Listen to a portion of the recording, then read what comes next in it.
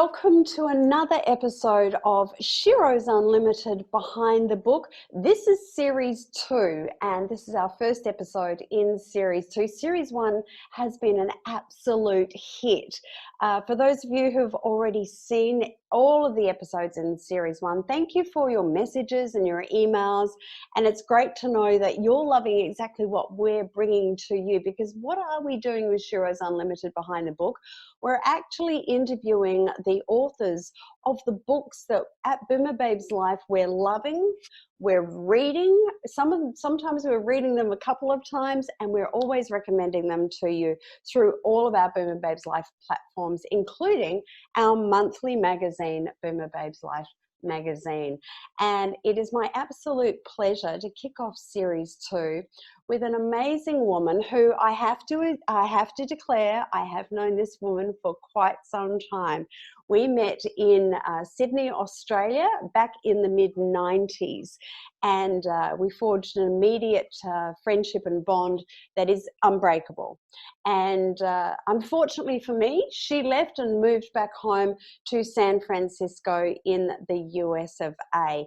But distance and time has not hurt anything as far as keeping connected. We've spent a lot of time, we've had lots of fun and holidays, but the main reason that I wanted to share her more with you is that she is an author, and she has written an incredible book. The book is called In Its Right Time, and for those of you who get BoomerBabesLife Magazine, you've already had a little bit of an insight to Kathleen Shapona, because she was in our first issue of BoomerBabesLife Magazine. Check that out. But In Its Right Time is an absolutely beautiful book, and so I'm welcoming you, Kathleen. Thank you so much for joining us on our Behind the Book Series 2. Thank you, Jaynie. Thank you for having me. I'm very excited and very nervous. Well, it's great to have you. You know, isn't Zoom amazing how we can, it'd be great to be sitting opposite each other right now, but yes, here we are with technology. Like we did so many years ago, so many wonderful talks. Exactly. Now, before we get into the book, as I mentioned, you live in San Francisco in the US, yeah? Yes. How's everything going over there for you and for the community at the moment? I'm sure you've seen on the news the riots. It's all sort of settled down. The protests continue, but they're not as violent. It was pretty bad, particularly I live in Russian Hill District, which is near the Fisherman's Wharf area, and there was so much damage done to the shops and things like that. So it was really sad, and there was anyway, it's awful that the riots are happening during a pandemic, because there's going to be some repercussions of that with illness because of all the riot. You know, people were together and everything like that. We're waiting to get the results. But anyhow, we're slowly trying to open up the city again and trying to get things back to normal. They're working on a lot of issues with what the protests were about, and then the COVID-19 continues on, and same as I suppose everywhere else in the world. It was a little bit hairy here for a while. So how are you personally coping with that, with lockdown? What are you doing to keep yourself occupied? Writing. I'm actually writing, and I'm working on another novel right now. So mostly writing, and that's it. Mostly writing, to be honest with you. Little projects around the house, fixing things up. I go out once a week to get supplies, and but I really haven't left the house much because I'm afraid to. Yeah. Well, I can. But I'm using this time to write, because you know, when people say to me, "Well, what did you do during those 4 months of lockdown or whatever?" I can say I wrote a novel, because that is what I'm doing right now, another novel. So. Wow, I'm excited to hear about that. And of course, in the invitation is up straight away. As soon as you publish that, we must have you back on our Behind the Book series, that's for sure. But today we want to talk about this beautiful book, In Its Right Time. Now, can you tell us Can you tell us a little bit about this and how it all came about, Kathleen? Okay. On the cover is my parents.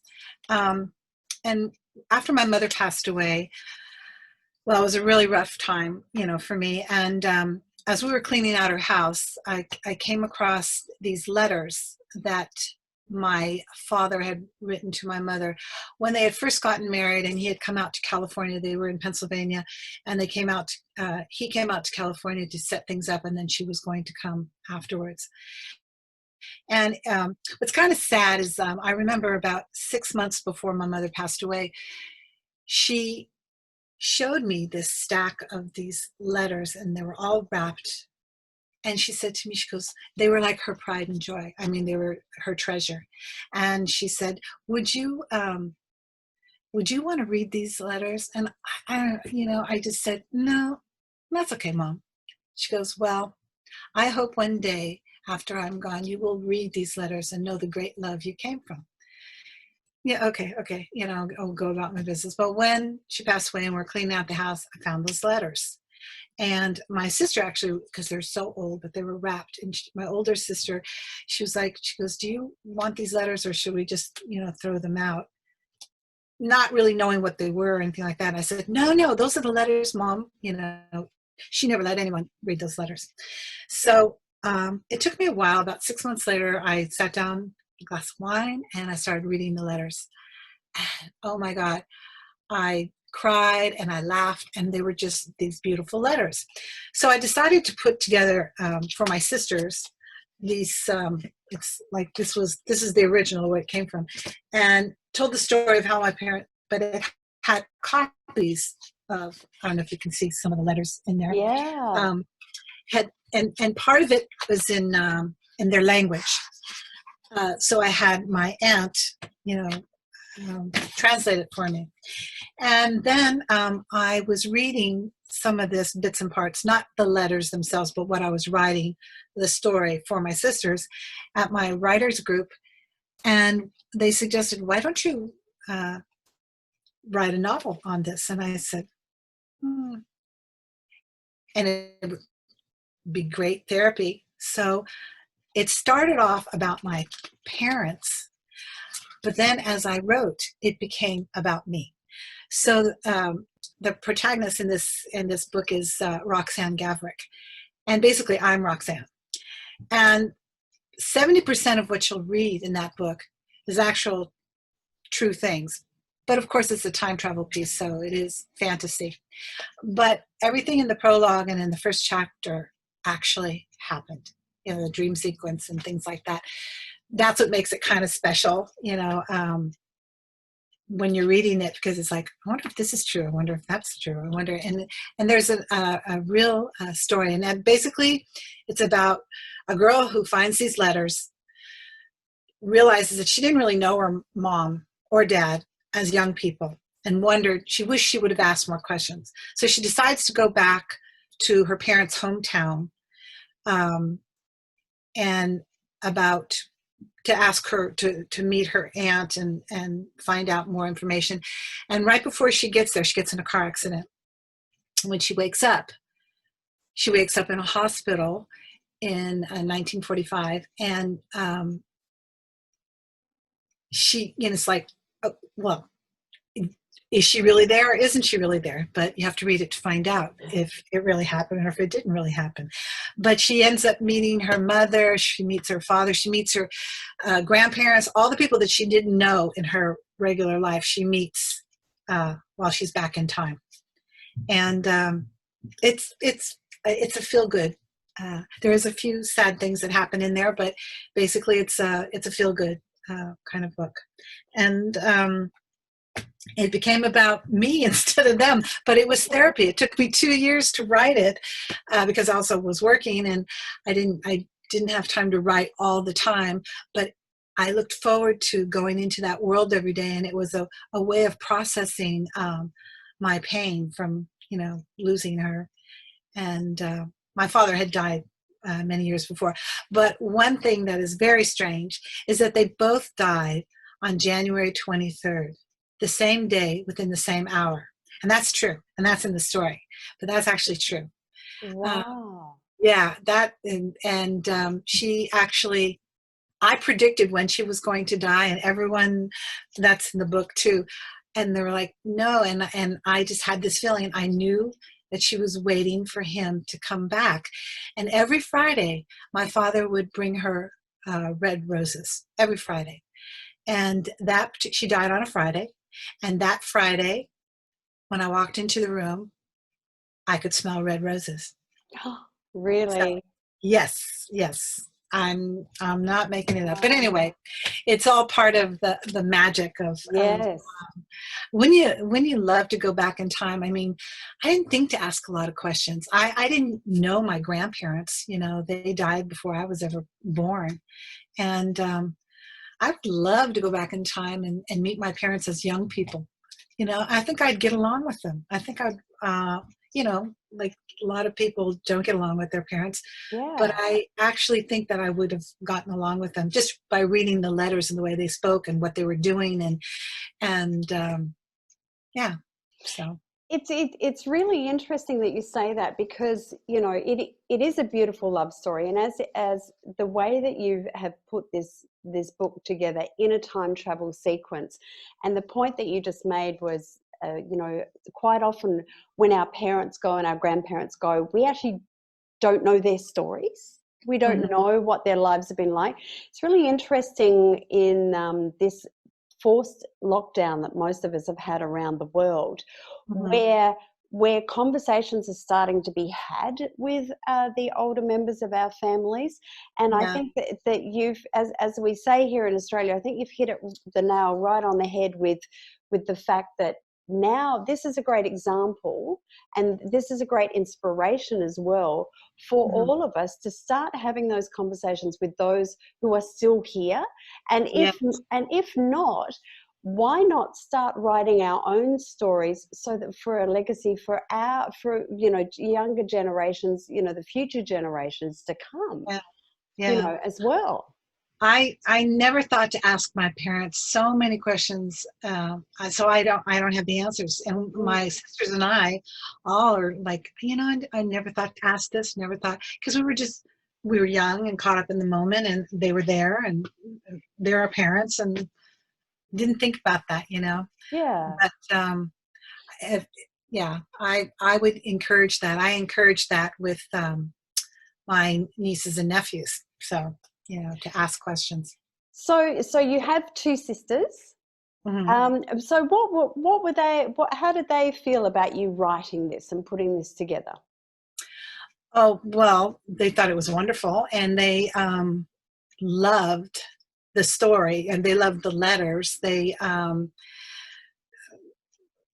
I don't, I, they, you know, it was so personal that they had tears. You know, Yeah. it was, I don't think they thought of anything other than it was like they were in it, Yeah. because they knew what I was talking about in Yeah. certain stories, and they were like, "Oh yeah," and because I use actual places, dates, names of people, and so they felt like they were a part of it. You know what I Mm. mean? So Mm. Yeah, that's so that it's great to bring everybody into something so beautiful, as especially as this particular story as well. What was the process like for publishing it? um, well, I never even thought I would get as far as I did. It was my writers group that really encouraged me to follow through with this, and it was with iUniverse, and I had to meet a certain criteria. And when I first submitted the first thing, they said they liked the story, but it needed more work, and so that's why it went on to 2 years before I got it published. And in fact, there was one woman who did not want me to. She says you're pushing it, and I said I'm done. I never thought I would get to this point. I wrote this book as therapy so that I could, you know, move on in my life. I never thought it would get to the point that it got to. And she said, I think if you put it down for 6 months and pick it up and start writing again, you know, she was interested. She was a producer, and she was interested in making it into a movie. She goes, but it needs a little bit more fine tuning. And I said, well, you know, maybe a screenplay writer can fine tune it, but I'm done. I did this. I never thought it would get to where it went as far as it did. I ended up having 3 book signings, and I got 4.5 stars on Amazon. I mean, of course, there's one person that's had a really bad negative thing, and I didn't even listen to the others. And I was like, why doesn't she like it? Of course, that one person. And, but I did not want to. I was done. I did it to get through my morning, and I wrote this story for me, really.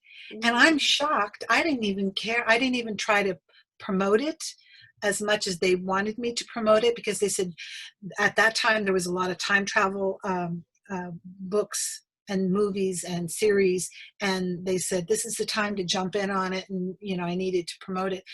But I said I just didn't, and I'm very uncomfortable in that kind of role. It's like I do my writing because it's a passion, and I just, you know, jump in there and I go into this little world. Like I have this sign here. It says, "I know I'm in my own little world, but it's okay. They know me here," and that's really. I love that. That's basically me. So I write because I love to write, and that's it. Well, you've done an absolutely magnificent job with your debut album, and I do say that because as you mentioned before, you're currently writing another one, and would I be right in saying that this was the beginning of creating, pardon the pun, a new chapter in your life as a woman over 50? Oh, And absolutely. yeah.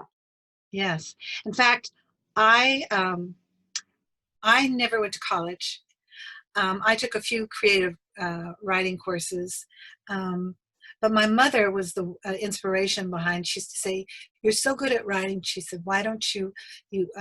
She wanted me to write a book, and I just hope that she knows somewhere up in heaven that I finally did it, because she would encourage me all the time. She goes, "You're such a good writer. You're such a beautiful writer. I don't understand when you just, you know." She kept encouraging me, and finally I did it, and she's on the cover.